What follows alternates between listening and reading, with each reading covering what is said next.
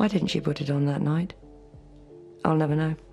They called her the People's Princess. Diana Spencer was one of the most beloved figures of the 20th century, a woman whose grace and empathy seemed boundless. Yet, for all the intense media focus on Diana, there was another figure moving quietly in the background, her older sister, Lady Sarah McCorquodale. She served as a confidant, an ally, and, in many ways, the matchmaker who introduced Diana to Prince Charles, altering Diana's destiny forever. Absolutely pivotal indeed. At 60, Lady Sarah finally broke her silence about the many rumors that had shadowed Princess Diana's life for years. The world listened with rapt attention to learn what she had to say about Diana's struggles, her own brief romance with Prince Charles, and the harrowing events surrounding Diana's final days. How did Lady Sarah transform from an almost royal bride herself into the unseen architect of Diana's rise? And just as importantly, what does she confirm or regret now that she is older? Join us as we delve into Lady Sarah's story and how it intertwined with one of the most iconic women in modern history. Lady Sarah McCorquodale wasn't just any older sister. She was born Elizabeth Sarah Lavinia Spencer on March 19, 1955. At birth, she was granted no direct royal title.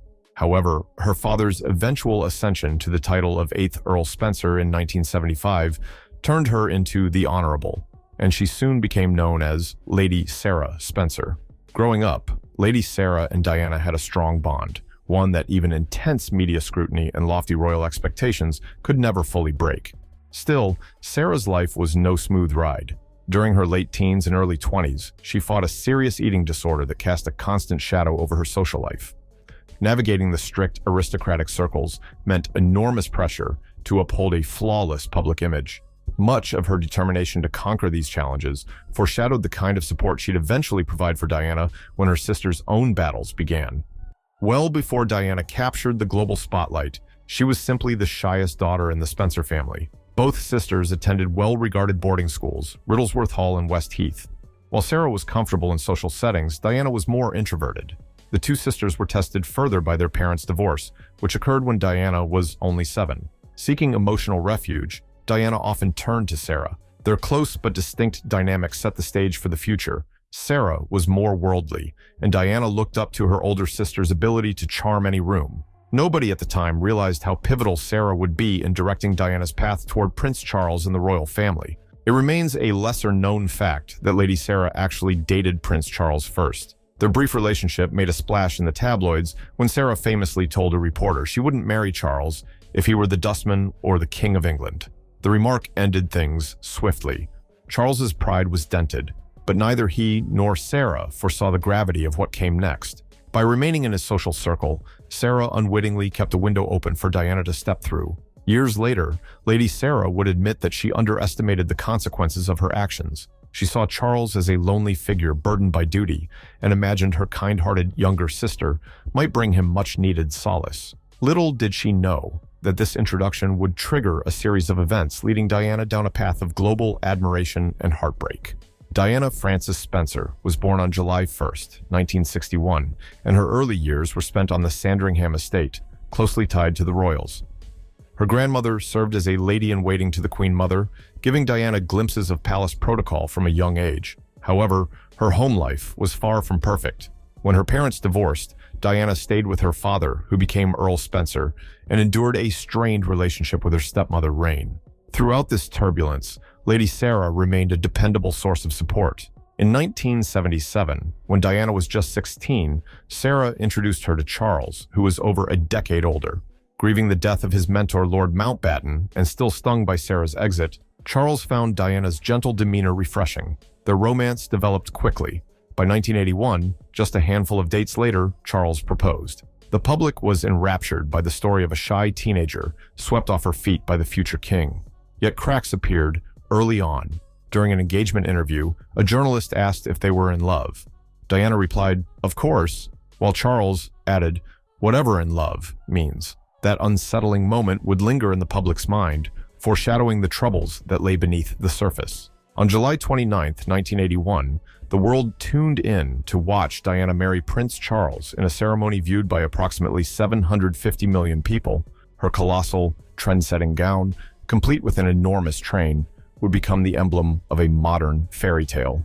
Sarah stood nearby, witnessing her younger sister's transformation from quiet aristocrat to global sensation. Publicly, Lady Sarah celebrated the union, yet private sources suggest she was worried for Diana, knowing firsthand the stringent expectations that came with a royal life. Still, the early months saw Diana win hearts across Britain and beyond. Dubbed the People's Princess, she was praised for her warmth and ability to connect with ordinary citizens. Charles, for his part, remained more reserved, consumed by royal duties and traditions that sometimes clashed with Diana's emotional approach. Diana's dedication to humanitarian causes became her defining legacy. One pivotal moment arrived in 1987 when she shook hands with an AIDS patient at a time when many still believed the virus could be transmitted through casual contact. Her empathetic gesture made front-page news around the world, challenging the entrenched stigma. She then campaigned against landmines, partnering with organizations like the Halo Trust, and even walking through a cleared minefield in Angola in 1997. Beyond this, Diana worked with cancer charities, comforting patients, and raising funds for research. She collaborated with figures such as Nelson Mandela to tackle HIV/AIDS issues on a global scale. Many of these humanitarian pursuits were quietly encouraged by Lady Sarah, who urged Diana to wield her influence to help the vulnerable. Despite Diana's public success, her marriage to Charles was unraveling. Whispers of Charles's ongoing bond with Camilla Parker Bowles gained traction, eventually culminating in the notorious Camillagate scandal. The leaked phone call between Charles and Camilla laid bare an intimacy that devastated Diana. Tabloids feasted on the spectacle, publishing each humiliating detail. Lady Sarah watched her sister suffer, recalling her own fleeting relationship with Charles and the rigid world he inhabited. After years of turmoil, the Queen intervened, urging the couple to separate in 1992. Diana lost the title Her Royal Highness upon their divorce in 1996, but she gained newfound freedom to continue her charitable mission. Through it all, Lady Sarah provided emotional support, reminding Diana she wasn't alone despite the tabloids' persistent glare. The formal end of Diana's marriage did little to dim the media frenzy. Photographers followed her relentlessly, magnifying every rumored romance and fashion choice. Lady Sarah grew increasingly concerned that her sister was living in a perpetual fishbowl under unrelenting public scrutiny. Yet Diana wouldn't let that stop her humanitarian initiatives. If anything, she used her fame to advocate for the marginalized, hoping to turn public attention into meaningful progress. In the summer of 1997, Diana decided to relax on a yacht with Mohammed Al-Fayed and his son, Dodi. Images of Diana and Dodi spread instantly, fueling speculation that she was finally finding true happiness. Sarah likely observed these events with guarded optimism, wishing Diana a respite from heartbreak. On August 31st, 1997, the fairy tale came to a sudden, horrifying end. Diana, Dodi, and driver Henri Paul were racing away from paparazzi in Paris when their car crashed in the Pont de l'Alma tunnel. Dodi and Henri died on impact. Diana succumbed to her injuries a few hours later. The world was stunned. Millions grieved, as though they had lost someone they personally knew. Flower tributes formed an ocean of mourning outside Kensington Palace. Prince Charles, joined by Lady Sarah and their other sister Jane Fellows, flew to Paris to bring Diana's body home.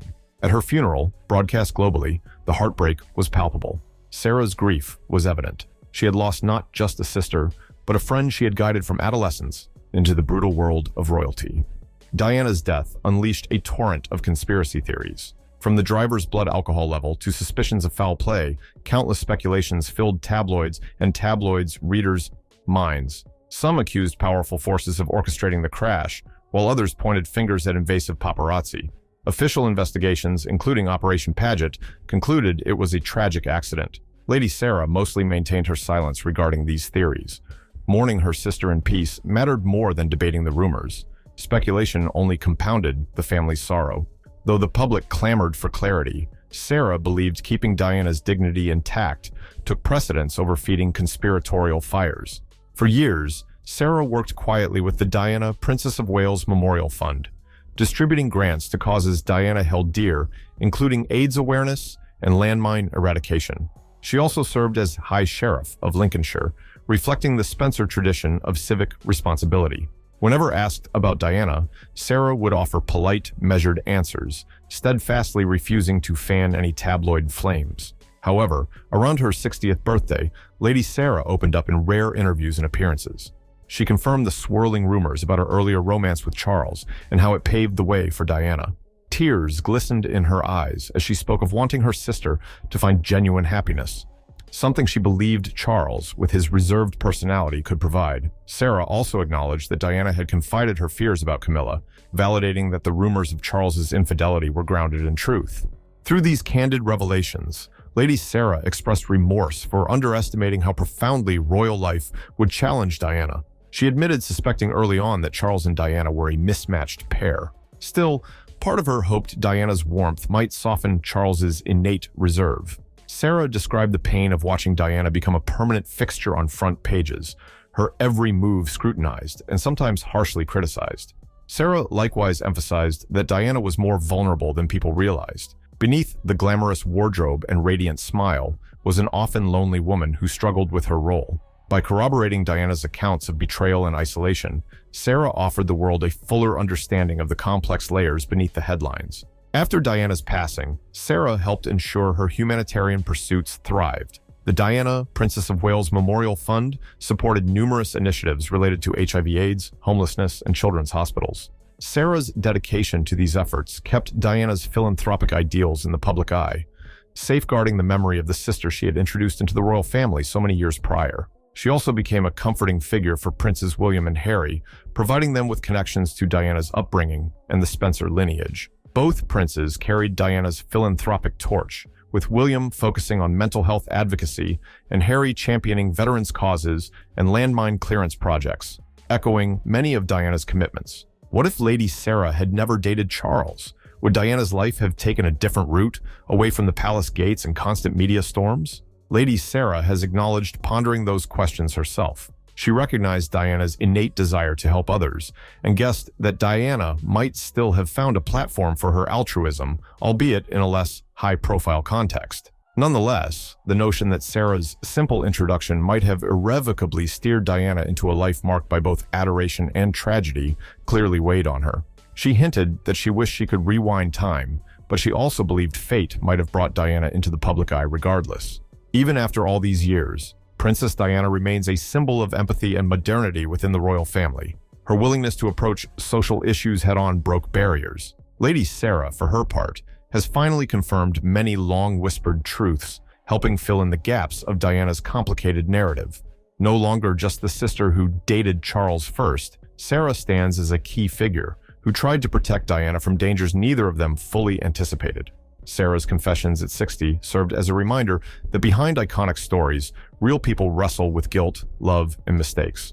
The monarchy, steeped in centuries of tradition, can be isolating for outsiders, especially those as emotionally transparent as Diana.